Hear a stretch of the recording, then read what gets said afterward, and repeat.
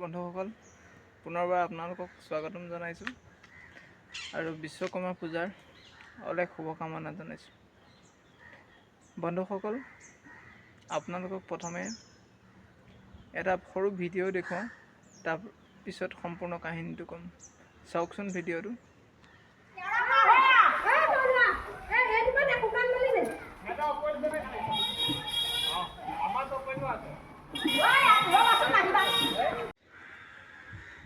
ভিডিঅ'টো দেখা পালানে? এটা বিপদত গাঁৱৰ ককাই ভাইসমূহ প্ৰকৃত বন্ধু কেনেকৈ আগবাঢ়ি আহে। মনত যিয়ে ভাৱ নাথাকক, ভালেই হওক বা বেয়াই হওক, কিন্তু বিপদৰ সময়ত কোনেও কাকো এৰি নচলে। বিপদ লাগিলে যেনেকুৱাই নহওক, ইমান ডাঙৰ বিপদ, কাৰেণ্টত জুই লাগি গৈছে, মানুহে ভয় নকৰি জুই নুমুৱাবলৈ আহিছে।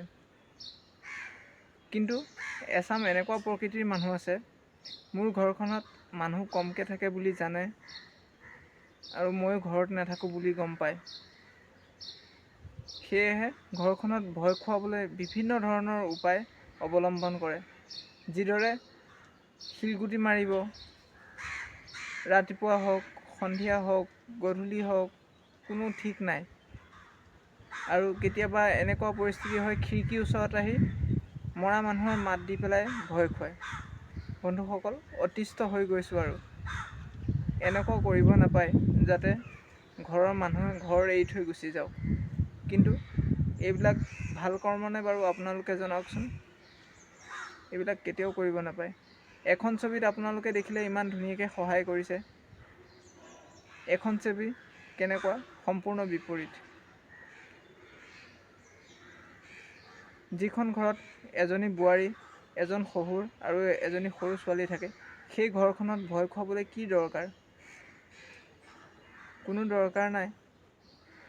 মিলা মিছাকৈ যদি চলে, নিজৰ গাঁওখনে এখন স্বৰ্গতকৈও অধিক প্ৰিয় হৈ পৰে। কিন্তু মানুহৰ এই অবুজন ভাৱটোৱে, এই অহংকাৰী ভাৱটোৱে এখন গাঁও ধ্বংস কৰি দিব পাৰে বা যিকোনো পৰিয়াল ধ্বংস কৰি দিব পাৰে। গতিকে আপোনালোকে জনাওকচোন, ৰাতি বাৰু মানুহৰ ঘৰত শিলগুটি মৰাটো, ৰাতি মানুহক জোকোৱাটো, ৰাতি মানুহক ভয় খুওৱাটো, খিৰিকীৰ কাষত গৈ পেলাই মাত দিয়াটো, এইটো জানো ভাল কথা? কিয় কৰিব লাগে এনেকুৱা? যেতিয়া মই ঘৰত থাকোঁ তেনেকুৱা কেতিয়াও নহয়, যেতিয়া মই ঘৰৰ পৰা আঁতৰি আহোঁ তেনেকুৱা হয়। সদায় ঘৰৰ মানুহে ভয় খাবলগীয়া হয়, কি কাৰণে? এনেকুৱা নকৰিব। আপোনালোকক মই অনুৰোধ জনাইছোঁ, দ্বিতীয়বাৰ এনেকুৱা ভুল কেতিয়াও নকৰিব। আৰু যদি কেনেবাকৈ মই ধৰা পেলাব পাৰোঁ, তেতিয়াহ'লে সেইটো পিছৰ পৰ্যায়ৰ কথা। আপোনালোকক পুনৰবাৰ মই অনুৰোধ জনাইছোঁ, এইবিলাক বেয়া কাম কেতিয়াও নকৰিব। এইবিলাক মানুহৰ হৈ ভাল নালাগে। জীৱশ্ৰেষ্ঠ মানুহ হৈ যদি ইমান নিকৃষ্ট কাম কৰে, তেন্তে হ'লে আৰু কি বুলি ক'ব? আৰু বুজাই বুজি পাইছে। ধন্যবাদ।